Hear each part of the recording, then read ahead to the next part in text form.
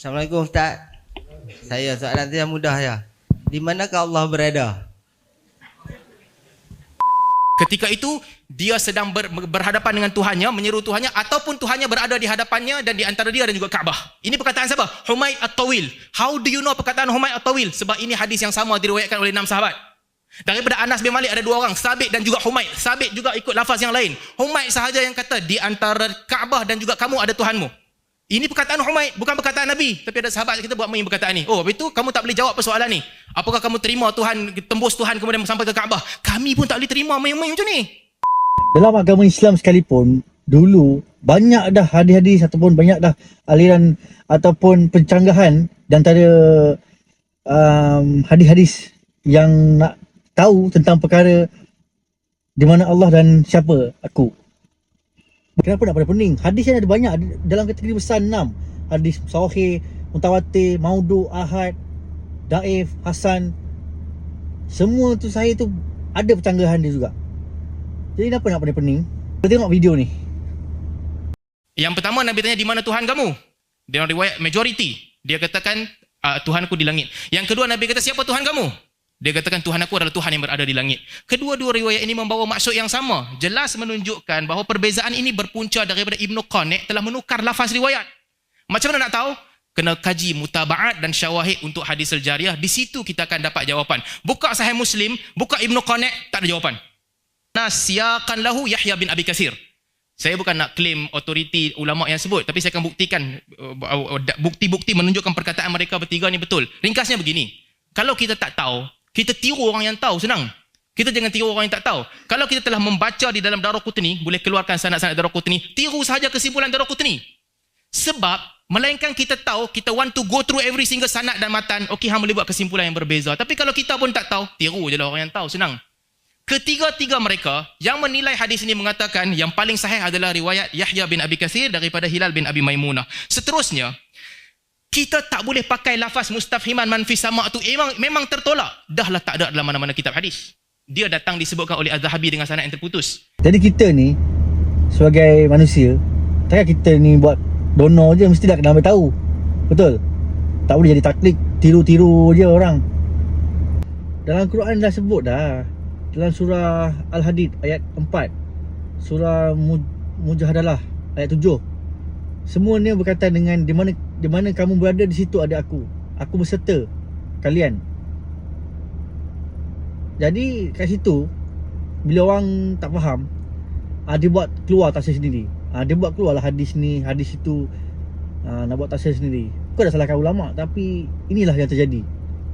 Dah langsung orang zaman sekarang ni langsung susah nak faham dah. Padahal benda simple je dulu. Apa yang Nabi bawa dulu, nak mengenal je siapa diri, siapa Tuhan. Itu je. Assalamualaikum Ustaz. Saya soalan saya mudah ya. Di manakah Allah berada?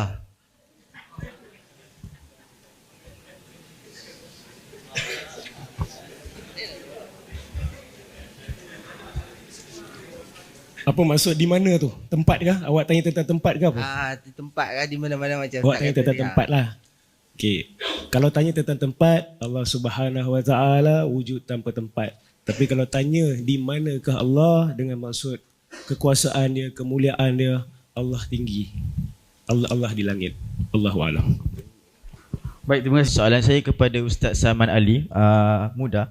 Apakah jawapan yang sesuai bagi Ustaz Salman Ali pada ketika ini? Adakah Allah di atas arash ataupun Allah nuzul di langit dunia? Sebab kita tahu kalau sekarang Australia sekarang pukul 3 atau GMT kan Australia. Ataupun yang ketiga Allah berada di hadapan orang yang salat. Jadi itu saja. Terima kasih. Baik, terima kasih. Silakan Ustaz Salman. Okey, soalan tadi saya rasa saya dah jawablah soalan ni. Kita percaya kalau ditanya di mana Allah, Allah di atas arash sebagaimana yang disebutkan di dalam hadis al-jariyah dengan jelas Allah di atas arash. Dan Allah nak bagi tahu kat kita, kamu di 2/3 malam yanzilu rabbuna ila sama'i dunya. So every single person, ayat ini nak bagi tahu kat kamu pada 2/3 malam, simpan dalam hati kamu Allah mendekat ke langit dunia dan pada ketika itu Allah memakbulkan siapa yang nak dimakbulkan. Ini bukan turun perintah Allah, ini bukan turun majazi maksudnya turun rahmat, tak. Allah Taala sebut dalam nas tu Allah Taala turun. Itu yang diterima. Berhadapan dengan di hadapan solat, saya dah sebut ini adalah yang kata di antara orang itu dan juga qiblat, ini adalah tafarrud yang datang daripada Humaid At-Tawil. Sedangkan riwayat-riwayat lain menggunakan lafaz-lafaz lain menunjukkan bahawa yuwajihu rabbahu, dia tengah berdepan dengan Tuhannya, itu sahaja, ataupun fa innahu yunaji rabbahu, ataupun dia pada ketika itu sedang berdoa kepada Tuhannya. Jadi tidak ada contradiction, melainkan kalau kita menganggap lazim jisim itu kena pada Allah Ta'ala sebagaimana orang turun, di situ akan berlaku contradiction. Tapi kami tak anggap begitu. Kami anggap ini adalah beyond comprehension. Ada perbezaan dalam faham. Turun ni, perkataan turun, orang turun, gaji turun, rahmat turun, itu pun dipahami berbeza-beza. Tapi ada qadar mushtarak. Qadar mushtarak turun di situ ada maksud yang sama. Ada beberapa qadar mushtarak, itu yang kita fahami di sini. Hakikat turun Allah Subhanahu Wa Ta'ala kita tidak ketahui. Tapi dalam masa yang sama itu yang disebutkan oleh Allah Subhanahu Wa Ta'ala, maka itu yang kita beriman dan kita terima. Sebagaimana disebut oleh para salaf. Dan para salaf menyebutkan apabila dikatakan kepada mereka, Yazid bin Harun apabila ditanyakan, ini dinakalkan oleh Al-Bukhari sendiri dalam Khalq Af'alil Ibad. Seingat saya daripada Yazid bin Harun, kalau tak silap saya, apabila ditanya, Fudail bin Iyad, apabila ditanya, macam mana kau boleh beriman dengan Tuhan yang berubah-ubah, ya Zul? Sagi hilang, sagi ada, sagi tak ada. Orang tanya kepada Fudail bin Iyad. Bukan Qadhi Iyad yang kemudian, Fudail bin Iyad. Dan jawapannya mengatakan, ana umin bi rabbil ladzi yaf'al ma yasha. Aku beriman dengan Tuhan yang dia nak buat, apa yang dia nak buat, dia buat. So inilah pegangan salaf sebenarnya untuk menjawab soalan ini. Baik, terima kasih.